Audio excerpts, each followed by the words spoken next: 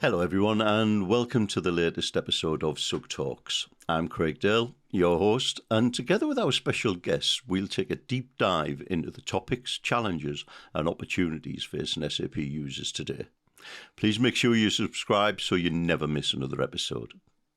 I'm delighted to be joined today by Paul Cooper, Head of Information Systems and member of the management board at Burton's Biscuit company.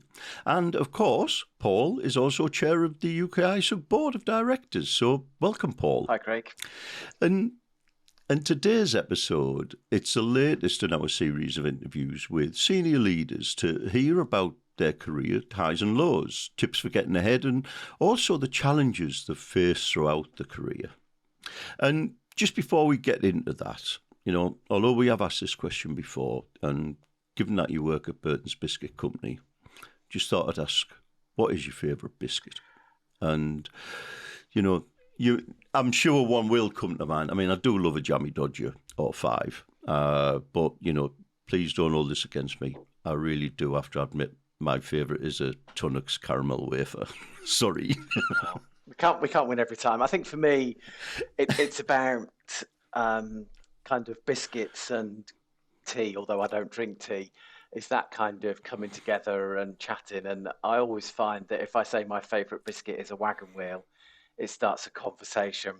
And yes, people will challenge me and know they are the same size as they have always been. I know we've had that conversation before. Yes. Maybe it's just as we get older, our hands and our mouths get bigger, so we think they are smaller. Yes, so true. But yes, I must admit that's when, with a cup of tea, I love a Jammy Dodger. Anyway, just let's get on to the topic at hand, if we may, and to get us going, I suppose let's go right back to the beginning, if we can. How did you get into kind of the world of IT, and what led you to the field of SAP? So I'm like many people who kind of entered the world of SAP in the late 1990s. There was a Y2K project. Remember Y2K, everybody?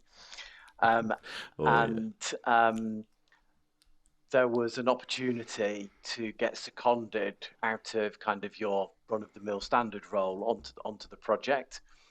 And the project being we were putting SAP in across what was then called Northern Foods. So it was a 50-site business, 20,000 employees. So, a massive transformation project. And kind of I saw some of the adverts on the board, went to have a chat with my manager, and I was successful. So I was moving from operations. So I was a shift manager in a cake factory, albeit at that point I was working in the department. I'd moved from the cut and slab department. This is how glamorous it is in the food industry, everybody. But I'd moved up in the world to pies and tarts. So, so my last Christmas in manufacturing was being part of the team that made, I think it was somewhere short of 60 million mince pies for people to eat or push to one side on Christmas Day. And I also, for a while, ran in that department the cherry team, which was a group of 12 people that used to put the cherries on the top of Bakewell tarts. So all very glamorous, and career in front of me of being the head cherry Bakewell person, and opted to try and do something different, and something that was kind of a cross business project. At that time in Northern Foods, you tended to be associated with a particular operating company. You weren't kind of fully aware of the full scale of what was going on in the organisation. I was quite lucky also at this point. I was doing a diploma in management studies that was sponsored by the business. So it was an in-company program, so there was 30 people. So I was already kind of working across lots of different people in the organisation. And the opportunity to be on such a big project in Northern was too much to resist, and twisted my manager's arm to kind of get me on. So I joined the project as the lead. I think at the start we were kind of configurers, implementers, business process owner type people. So I was leading on the production execution part on behalf of the operating company I was in, but also that had implications in that we were the lead operating company for the production execution bit. So I was involved in designing how production execution was going to work across the whole business. So yeah, that's where SAP started for me. I was involved in kind of the first couple of implementations in that implementation role, and then moved over to the support organization, which we were just starting to pull together at that point. Oh, lovely, and a nice start. Straight in at the deep end with the year 2K thing coming on the horizon. What a massive money making scam that was. But anyway, the pies and tarts, like it. And a team called the Cherry Team. Amazing, amazing. So just moving on. I mean, you've been with Burton's Biscuit Company now for over 10 years, and how has Burton's use of SAP evolved over that time? I think for us, actually, it's SAP is quite stable for us. The biggest project we've done is the kind of classic upgrade program, and then over the last 2 or 3 years, there's been a number of acquisitions, and we at one of them they'd only just put a different product into that site, and there was quite a lot of other things in that business that needed to be sorted. So rather than pile in and add an SAP project over the top, we kind of kept that away from them while they sorted out some of their other operational problems. The other business we leapt in and had to replace a very old legacy system that was unsupported on unsupported hardware. So we had to fire up a project which was quite big for that site. They'd not kind of had big projects like that running. So we kicked that project off, and then along came COVID. And we'd started this kind of site workshops. We'd done some of the initial comms to let people know what was going to happen and how it was going to happen. And then all of a sudden we were into remote working territory, which put an SAP project in predominantly with internal resource, but with some support from a partner, was pretty challenging. And but for kind of an amazing group of people in my team and an amazing group of people at the site that really ran with it, turned up to calls when they were supposed to, engaged with the project team, engaged with their own peers on site. Um, we drove that project virtually remotely up until probably 2 weeks before go live, at which point, and this was a site in Scotland, we started to sneak across the border. Now, fortunately, in the food industry, we were allowed to move around during COVID, and most of our employees were at work for most of it. But yes, we went up to Scotland for a few days, a couple of weeks beforehand, just to kind of get some of the final data pieces, and then we put resource on site for the cutover weekend and the week of cutover.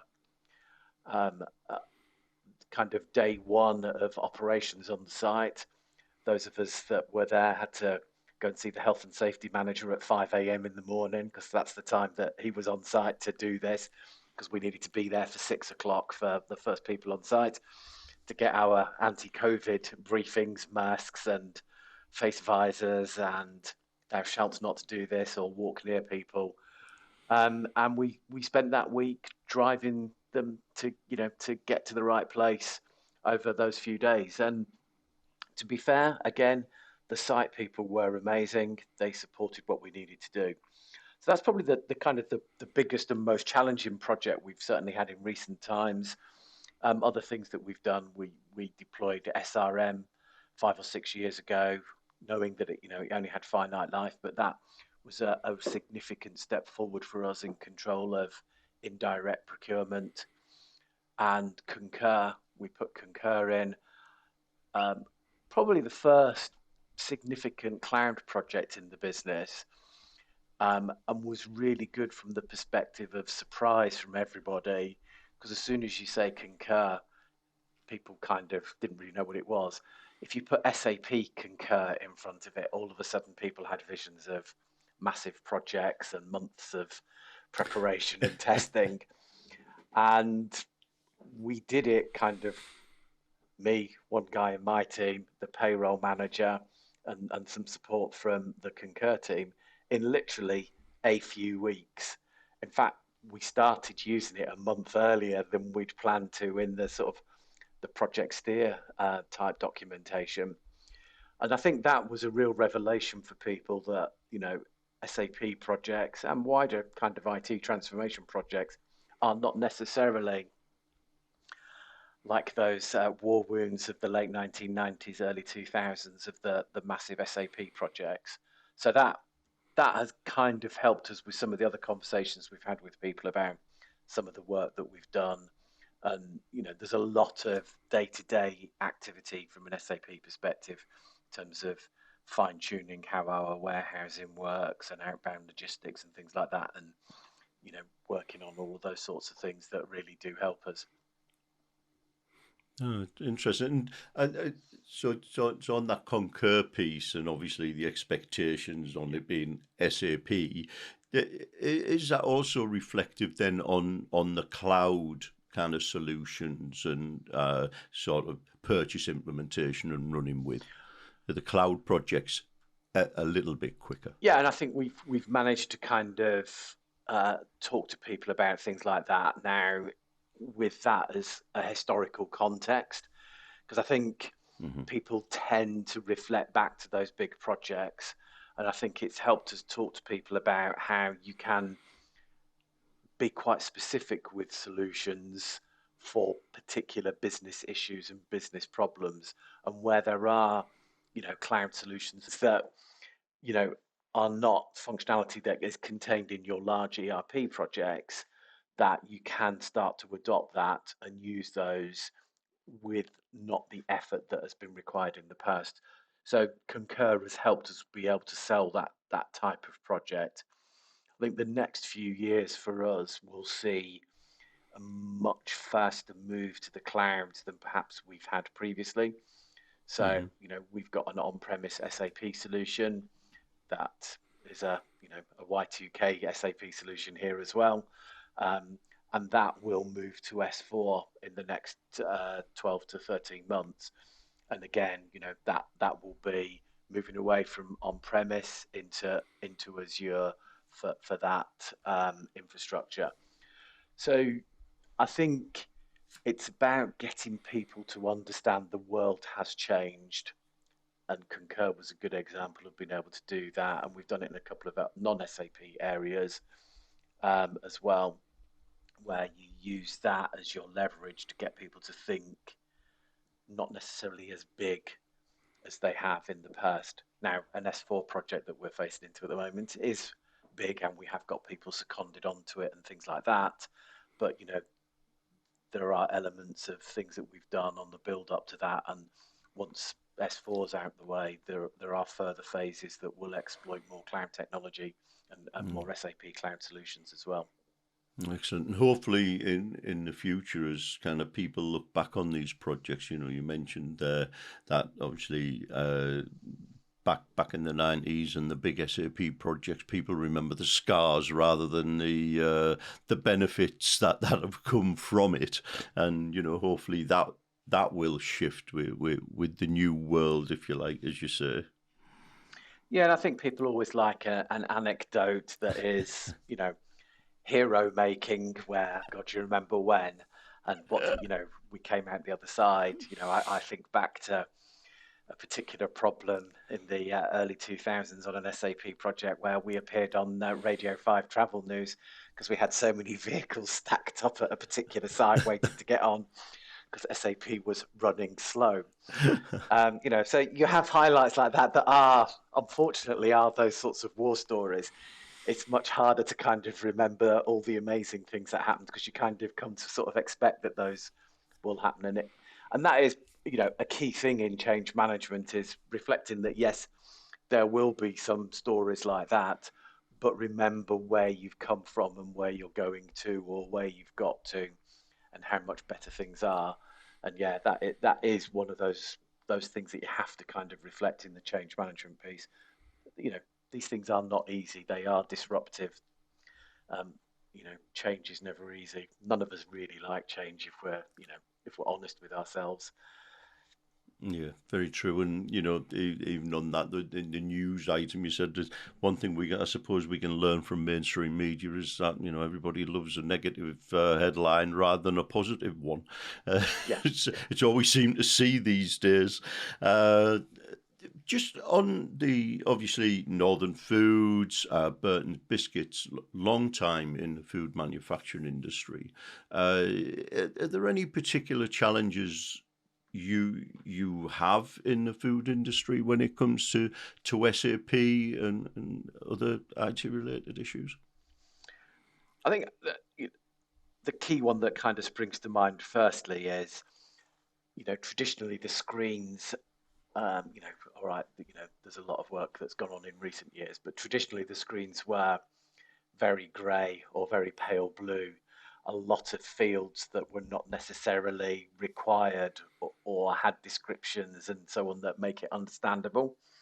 I think that's kind of been one of those challenges in, manufacturing operational areas is, you'll give someone an SAP transaction to work with, and there might be 10 fields on the page, but they only have to do kind of the first one and the third one.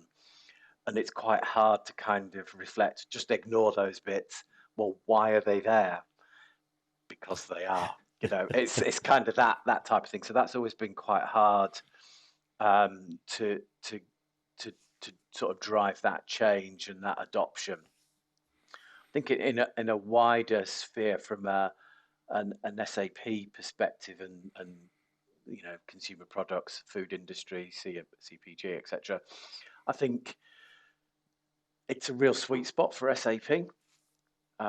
Most, in the UK, I think virtually every biscuit, certainly, of the mainstream biscuits, they're all made by businesses that are, SAP businesses. Most food aisles that you walk down, the branded businesses in those food aisles are using SAP.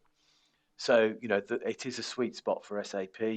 They are building out in that space. And I think it will be interesting to see how things like the sustainability journey pans out from SAP for consumer products businesses, because there's a massive wealth of data in all those SAP systems.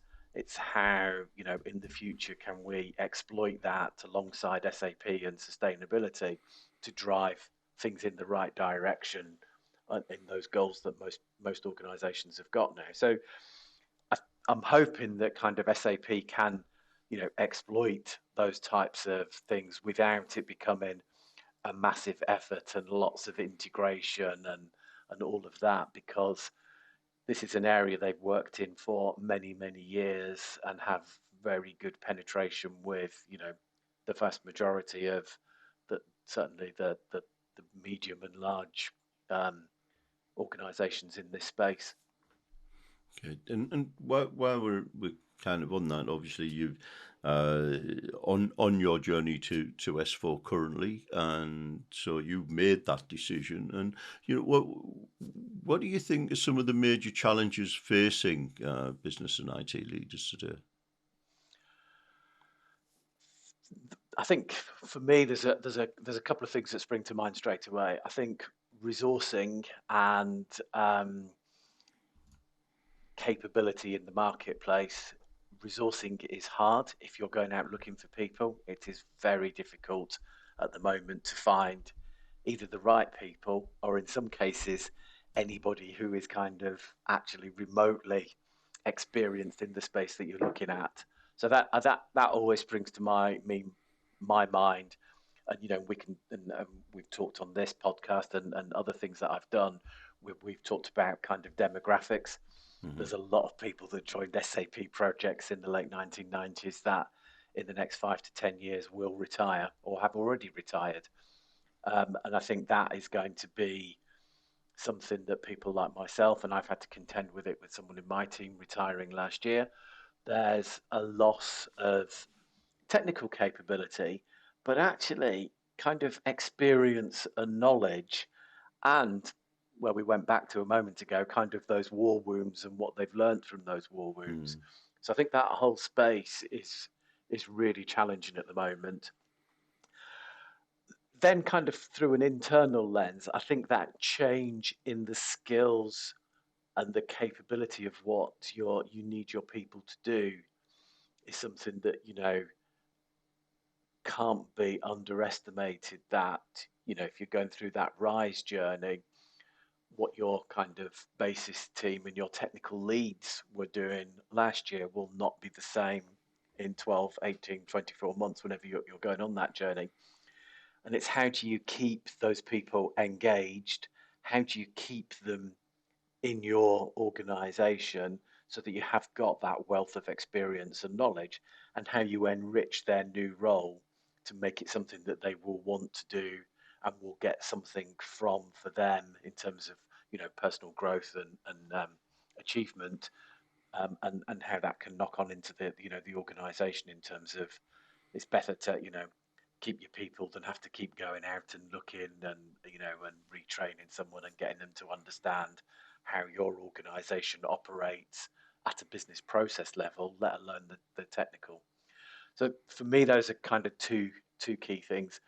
I think the regulatory environment, the um, things like sustainability, and how do you get to net zero and things like that, are going to be increasingly challenged as an IT leader, because a lot of your emissions, if you want to put it that way, are going to be, done through third parties. So what have you got your tuning of your cloud computing correct, such that you are only using, buying, and have turned on what is required?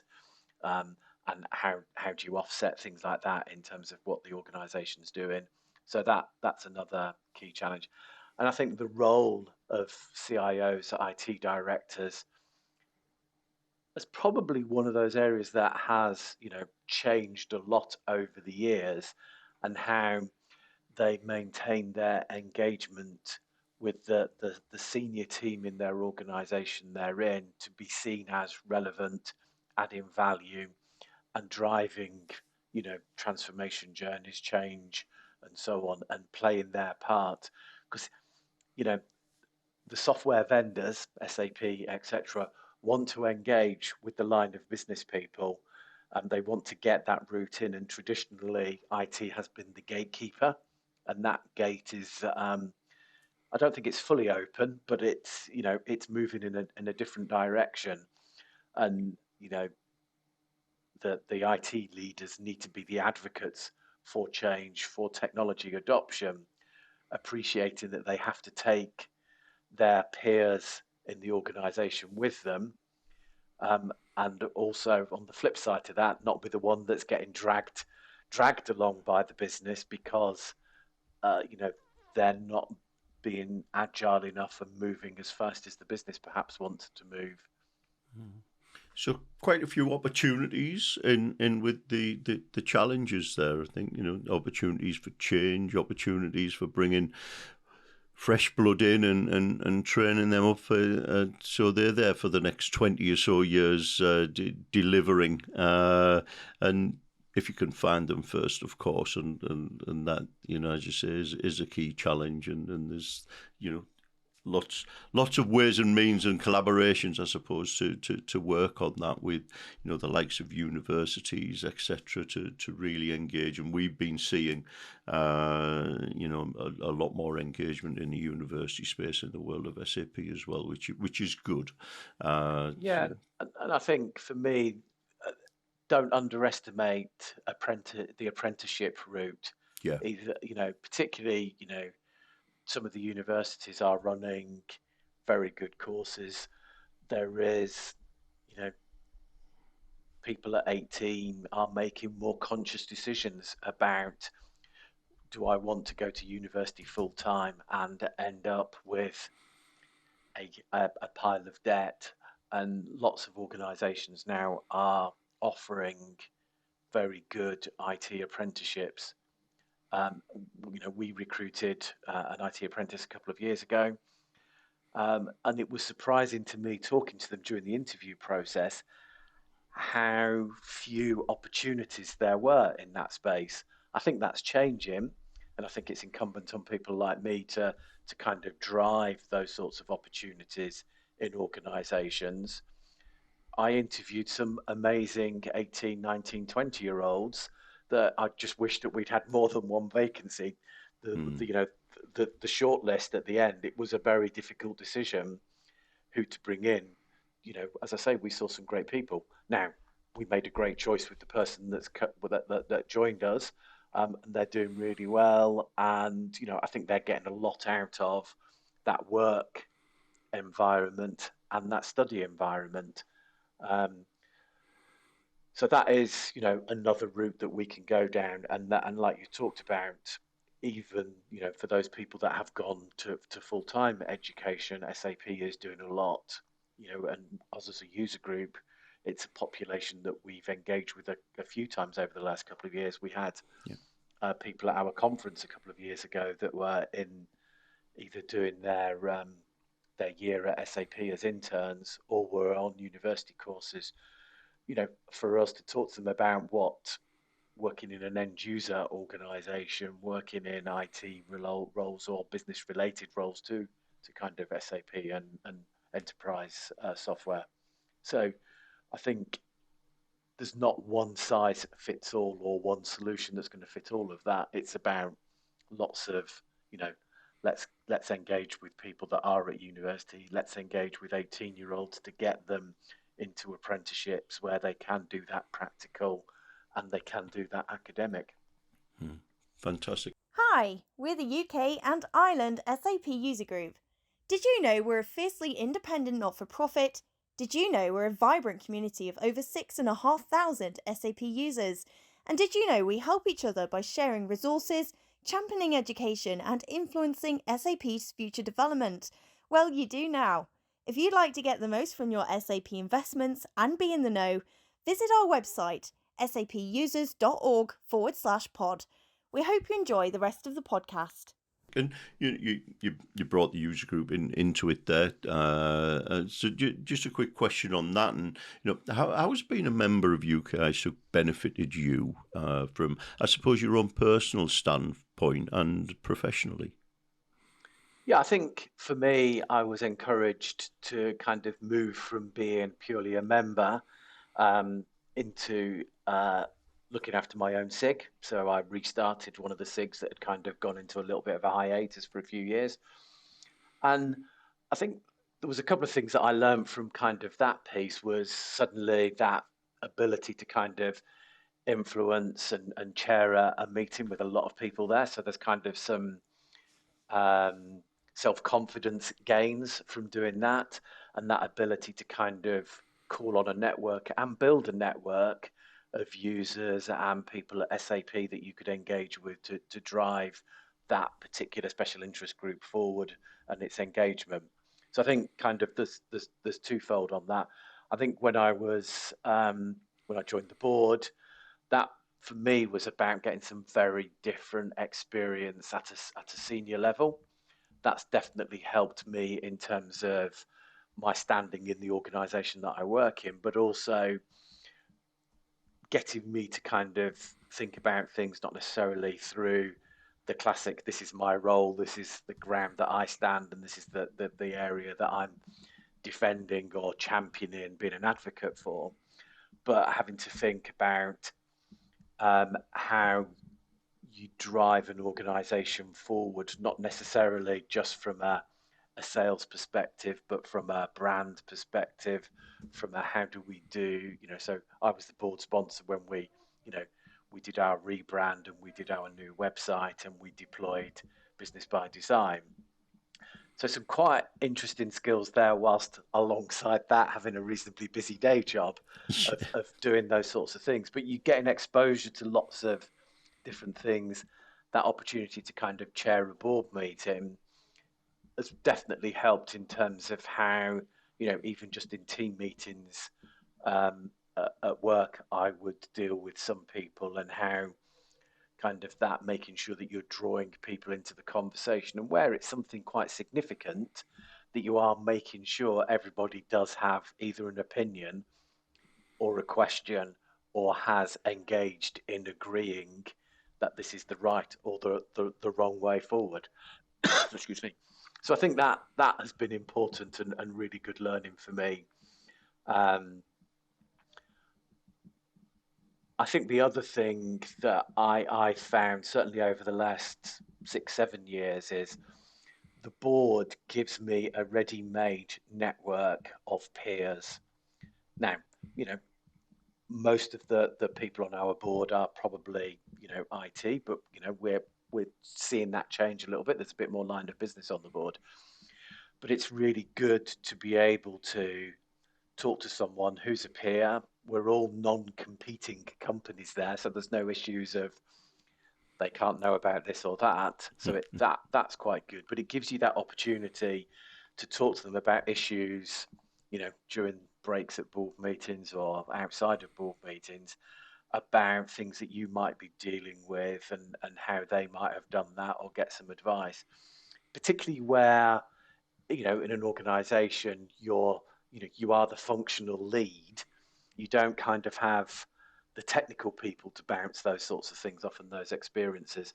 And that's been really valuable for me, is that network piece and that peer piece.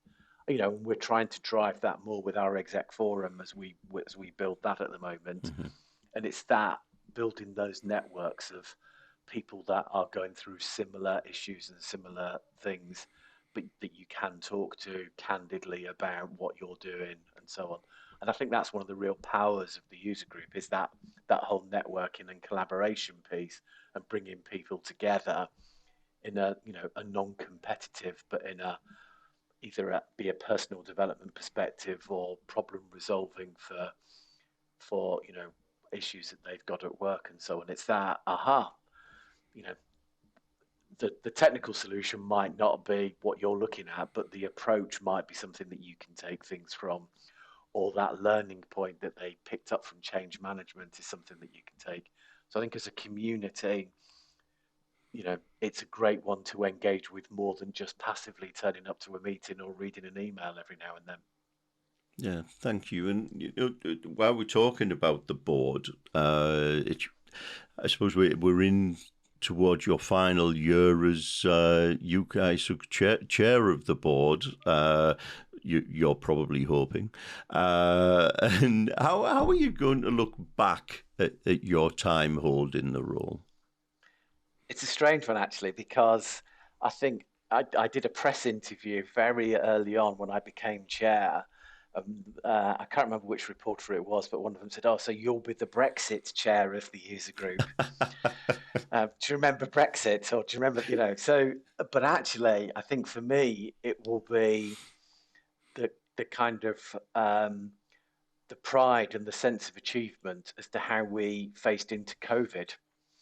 So I think, as a user organisation that runs events, we could quite easily have disappeared and become very irrelevant in 2020.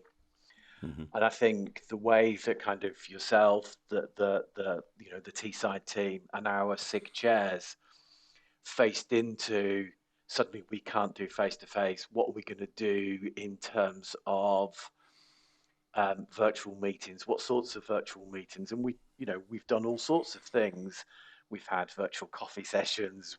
We've got round tables. We've got partners presenting. We've got members presenting.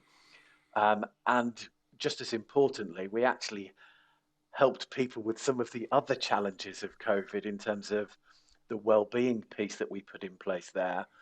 All of those things we didn't stop at the end of COVID. We've used those as further leverage to drive the user group forward. So we now don't run previously the majority of what we did was face-to-face. Now we've got a much better split of that. So, those public sector people that find it hard to get out for a day or a day and a half because they've got to travel can join, a 2-hour session that is really relevant to them and maintains our relevance as an organisation. we've continued the well-being piece because we got really good feedback from members. So it's kind of those sorts of things that I'll look back on and think, yes, we actually came out of COVID stronger and more relevant than when we went into it. And, that's thanks to, as I say, yourself and the team and an amazing group of volunteers that we've got and my colleagues on the board. But I think for me, that probably has to be, the most unpredictable element of what it was about becoming chairman, but also something that everybody in the organisation can take a massive amount of pride and pat on the back for. So true, and you can add that to being the Brexit chair, to also being the COVID era chair as well. So, you stepped right into the breach at the time to take the user group forward. And just as we come towards the end of our conversation, just a couple more things I'd just like to cover with you, mate. Just flipping back now to when we were talking about the projects, and obviously in the midst of a very busy period on your project on the journey to S4. But what are your top tips that from your experience over the years in SAP? What are your top tips for other organisations when it comes to SAP projects? Yeah, I mean, don't underestimate your users in two directions. One where they will be challenging and hard to engage and not want to engage. But on the other side to that is you will find some superstars when you do big projects in the SAP space. Suddenly the lights will go on and you'll have a much more engaged employee. You'll have someone with additional skills and additional capability. Make sure that you can find something that then builds on that and keeps them in your organization and gives them the aspiration to drive their career in your organization. I think it's easy to underestimate that population of people that will do a lot of the legwork, creating data, doing training and things like that on those projects. So I think that's a really important thing to remember. And we've talked at length as a user group about change management and the cost of change, and we've produced white papers that people can look at.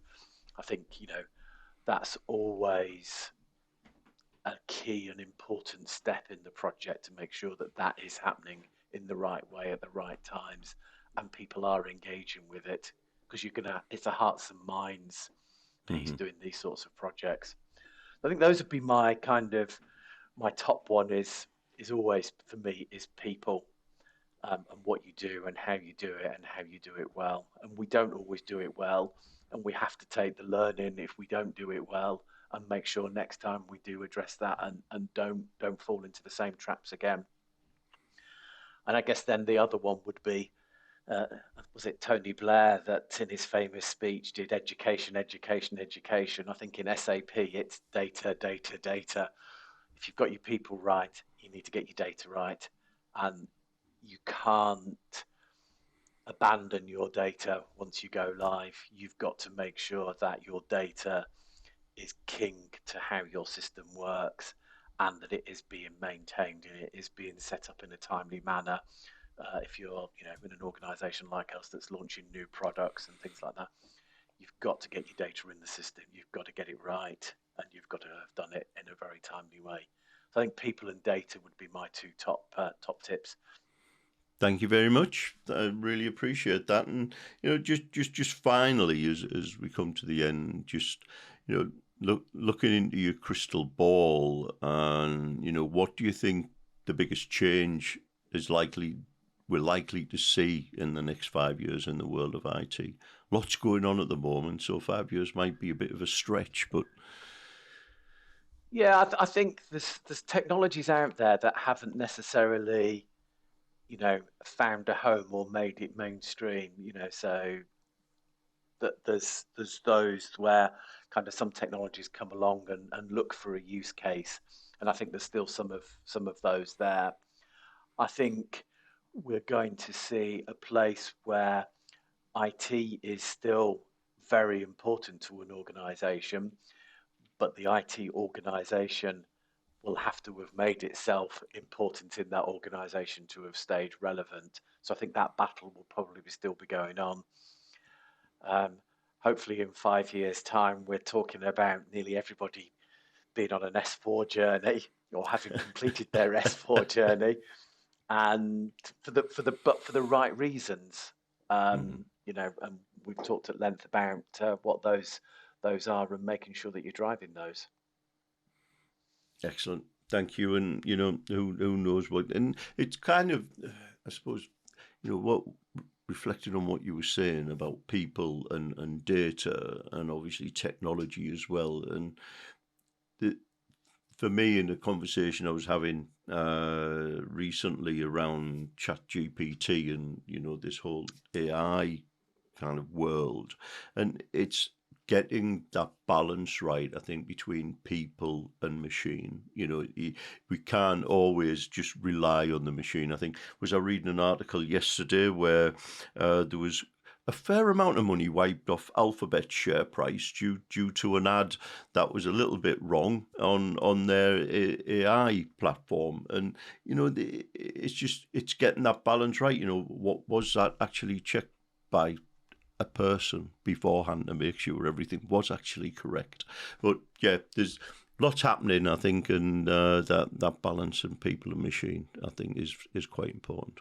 Yeah, there's a whole ethics piece to resolve around some of the Yeah. AI and machine learning, but also I think we need to ensure that we're not too enraptured with it, because I suspect, some of the innovations that we've seen with smartphones, tablets,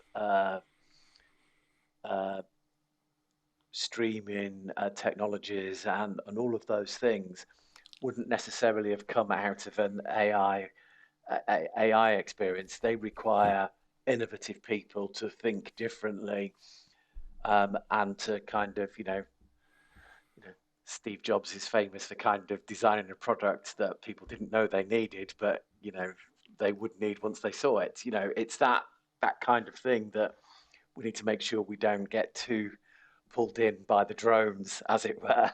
We maintain that human capability of free thought and innovation and driving the future. Thank you, Paul. And on that note, thank you very much. Thanks very much. Thank you for your time, and really thank you for your insights. Really enjoyed that conversation. Hope you did too. And, thank you to our listeners. Thank you for listening. We hope you enjoyed the conversation and found it valuable. So please make sure you subscribe so you don't miss any of our future senior business and IT leader interviews. And until the next time, stay safe, stay well, and keep washing your hands.